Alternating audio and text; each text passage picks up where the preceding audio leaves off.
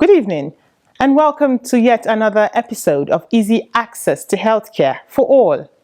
It is an undeniable fact that the present leadership of the NHIA is leaving no stone unturned in the transformation from the NHIS into an authority with greater responsibility and reach. A crucial path it is taking is through capacity building, both for senior staff, the middle cadre, as well as stakeholders within the health insurance space. Towards this end, the authority held a two-day review meeting of the NHIA Leadership Development Program training modules, as well as signed an MOU with the training institution. This move is to help the authority sustain the transformation process taking place in the authority. Details of these two milestone events make up our package of the program this evening. Why don't you stay tuned for the rest of the program? My name is Aisha Muhammad Ahmed, your regular anchor. Keep watching. President Muhammad Buhari has signed the new NHIA Act into law, which makes health insurance to be mandatory in Nigeria. One of the reasons why we decided to gather here, familiarize ourselves with the contents of the Act, is entirely a watershed, a new beginning. It's going to be a transition between the National Health Insurance Scheme to the National Health Insurance Authority. And then start preparing for how we are going to implement it.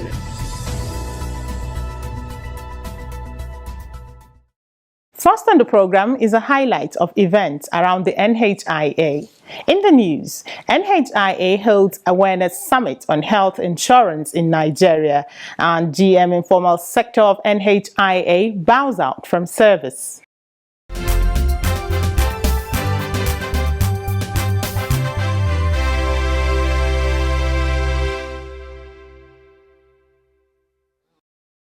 Who is preparing this bad slide? The Director General, NHIA, Professor Mohamed Nasser Sambo, says the anticipated NHIA Health Summit will create a momentum that will deepen the understanding of Nigerians on the social health insurance and to make health insurance a part of the agenda of the health sector and Nigerian leadership at large.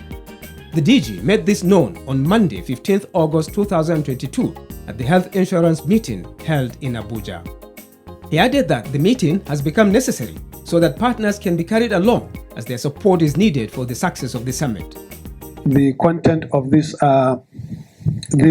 summit, whereby, number one, it will have opportunity to create momentum for the deep understanding of the health insurance. Number two, to create massive awareness on the issue that has to do with this National Health Insurance Authority Act. Number three, to also showcase many achievements that we have recorded in the last 3 years through our rebranding of the social insurance scheme or the social insurance ecosystem in Nigeria. And we have been having an informal conversation with so many international partners, and they have expressed their desire to participate fully in the process of this summit. So we now agree that we wrote a concept note in that regard, submitted to the Honorable Minister of Health, and the Honorable Minister of Health graciously approved that the summit should be held on the 1st and 2nd October this year. The event brought in partners from different organizations to discuss modalities of the summit as it concerns different organizations.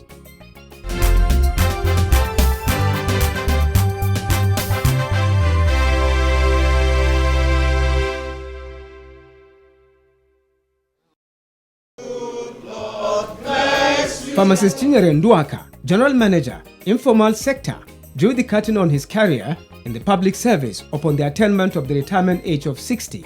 A retirement party was held in his honor with his friends and well-wishers in attendance.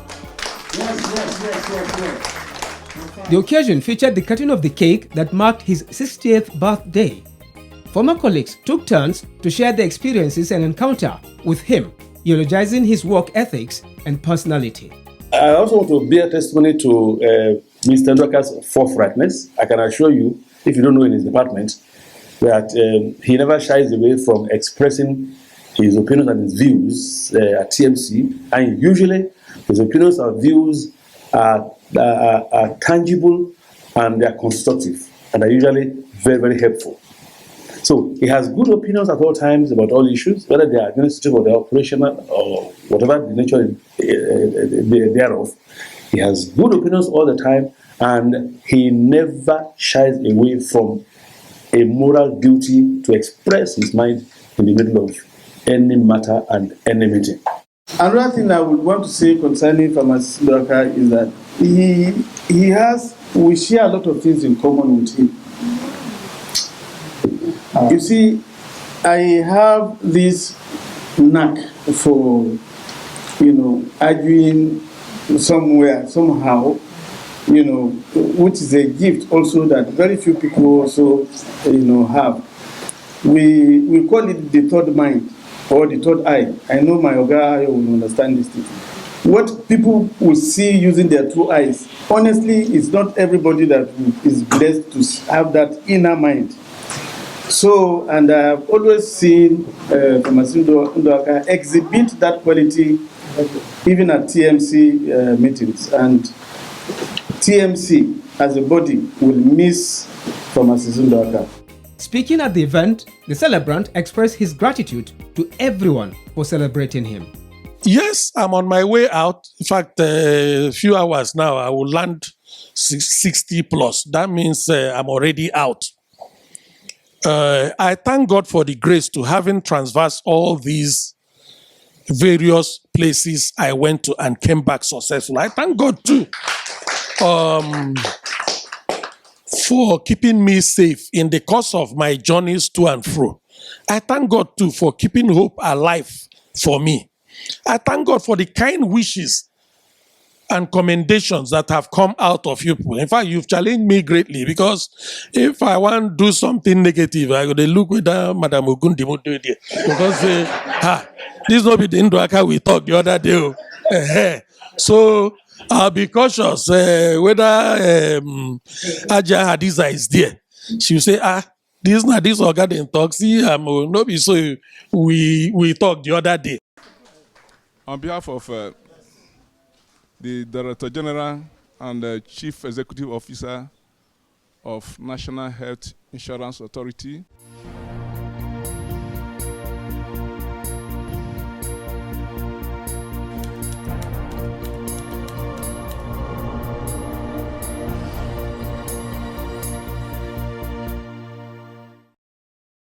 Welcome back.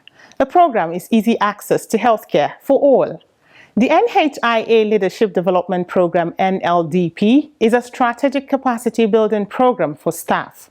It is part of the reform going on in the NHIA that will put it on the trajectory of achieving universal health coverage, as well as develop leadership and skills for staff of the authority. Please stay tuned as we bring you more details around the NLDP in our next segment.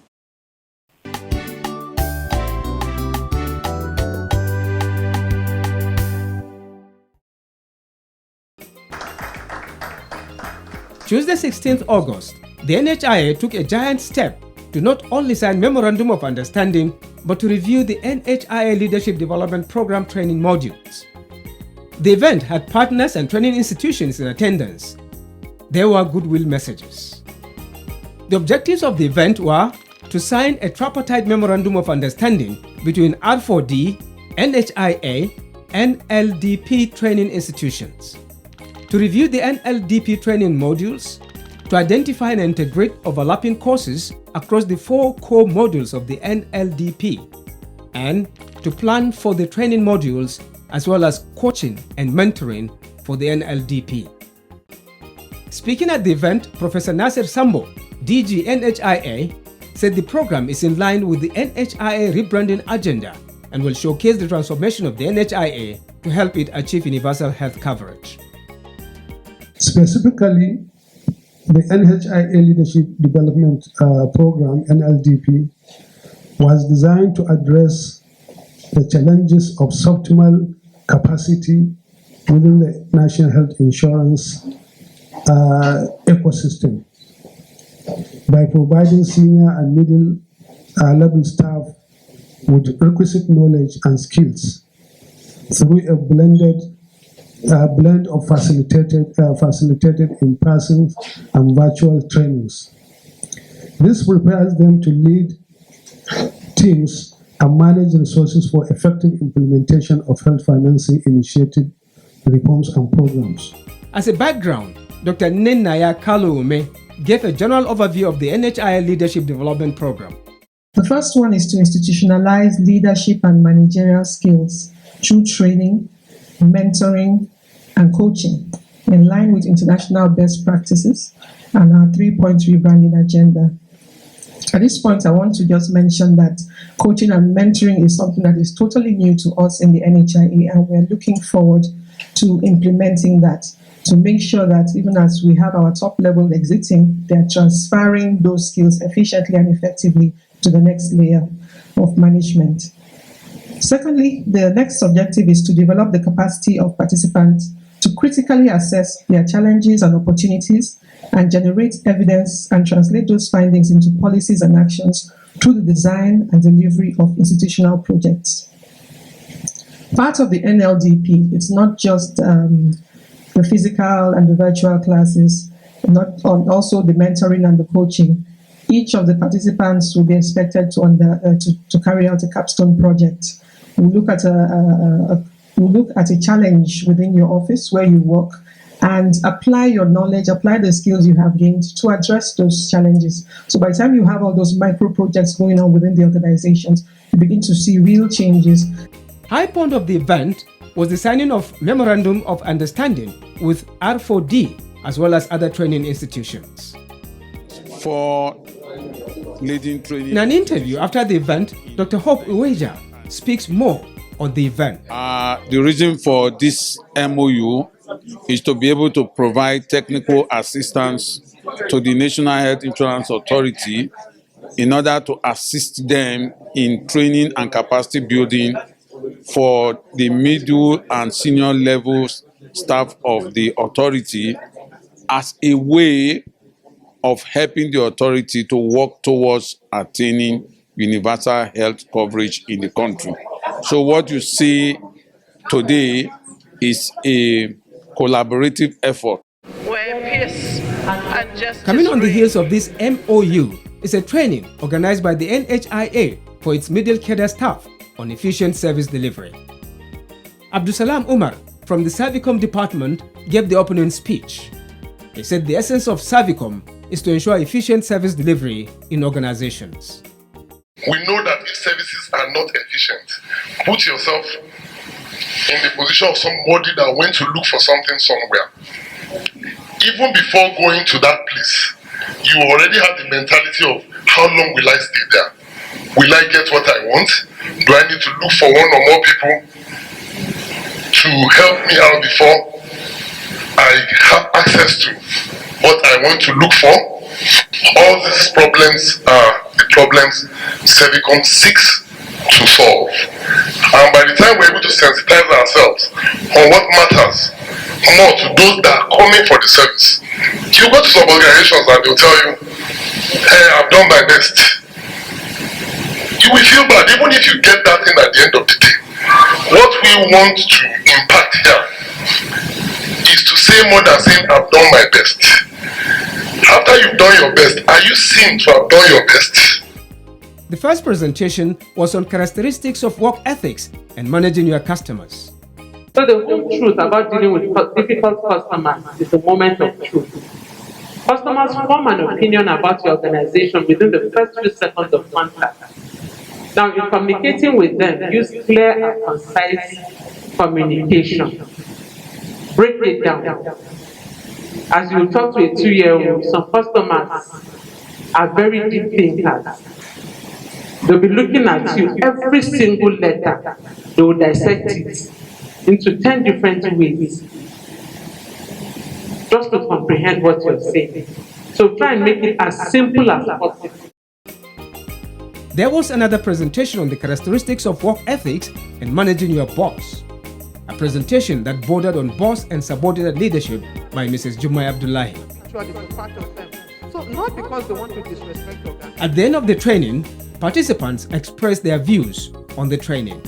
Since something like this helps you to improve on your service, and it cannot come at a bad. This is actually a good time for this to come, because if you go out there, there are a lot of perception about NHIA and the release and complaining and all that. But by the time you get lectures like this, seminars like this, you know how to treat your customers and do better when you get to encounter them at any point in. I'm glad having been part of this seminar or workshop rather, because this is more like the first of its kind.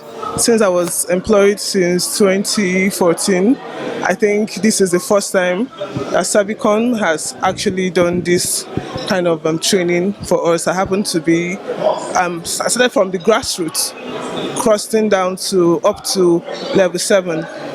And with that, starting from the grassroots, there have been diverse of challenges on ways of communicating with your boss and your superiors. There have been challenges and even in workflows. There's some things you might not be able to do rightly and you get your boss scolding you, and also we're basically taught today how to manage our bosses and work ethics.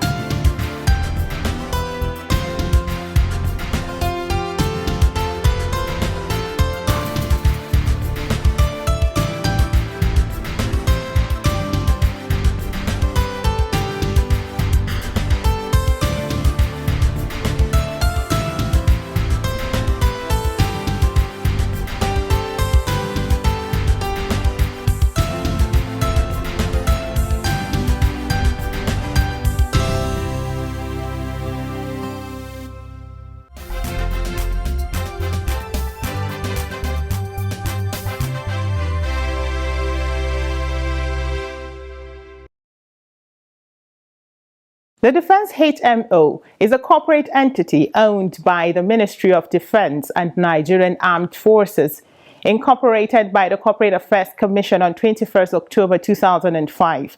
The Defense HMO got accredited by the NHIS in 2006 and began operation in November 2006. Recently, we met with the State Manager of Kano State Office of the Defense HMO, Lieutenant Colonel Tanimu Umar, retired. He shares with us his assessment of healthcare in Nigeria. We are growing because when we started, it was really that bad. However, when NHIS came, despite the challenges we have, we are better off now. Lieutenant Colonel Umar also shares his thoughts on the introduction of the NHIA in Nigeria. It is a very good policy by the federal government, and it will go a long way in solving most of the health challenges of Nigerians. And with good enlightenment, it will go a long way in solving some of the problems we have. Tanimu says health maintenance organizations are the link between the authority and the facilities. We have a lot of roles that are assigned to us. As I told you, we collect money from NHIS and we disburse that same money to the hospitals. Now, the HMO, like my own HMO, we register all the veterans and their dependents. We also attend to all serving military personnel in Nigeria. Having done that, they will choose their own hospitals. Now, when they choose these hospitals, those are the hospitals that we have in our care. We now pay those hospitals capitation. After paying them capitation, we have what is called quarterly monitoring and evaluation. We go and check whatever they do, and we make sure that they attend to our clients. He speaks further on some operational measures put in place by Defense HMO to make sure their enrollees are satisfied. We have a system, as I said. We go every quarter, that's 4 times in a year. We go to all these hospitals for quality assurance, and then the military, after the quality assurance, we get them educated or enlightened on the operations of NHIS. We hear their complaints. We now go to the hospitals and tell them these are the complaints from our clients so that they improve their services. Now, apart from that, we also have a forum here in Kano where we relate with all our enrollees. We give them notice that we are meeting in so-so place. We meet, they will tell us their complaints, how they access healthcare within our own AOR. Then, if there are other complaints, we relate them to the hospitals. And if there is need, we tell NHIS if we are not satisfied. Finally, he says lack of proper education and enlightenment on the health insurance is militating against universal health coverage. Most of the challenges borders on enlightenment. We have to enlighten the public that this scheme is a deliberate effort to get the populace into the scheme so that they can have better lives.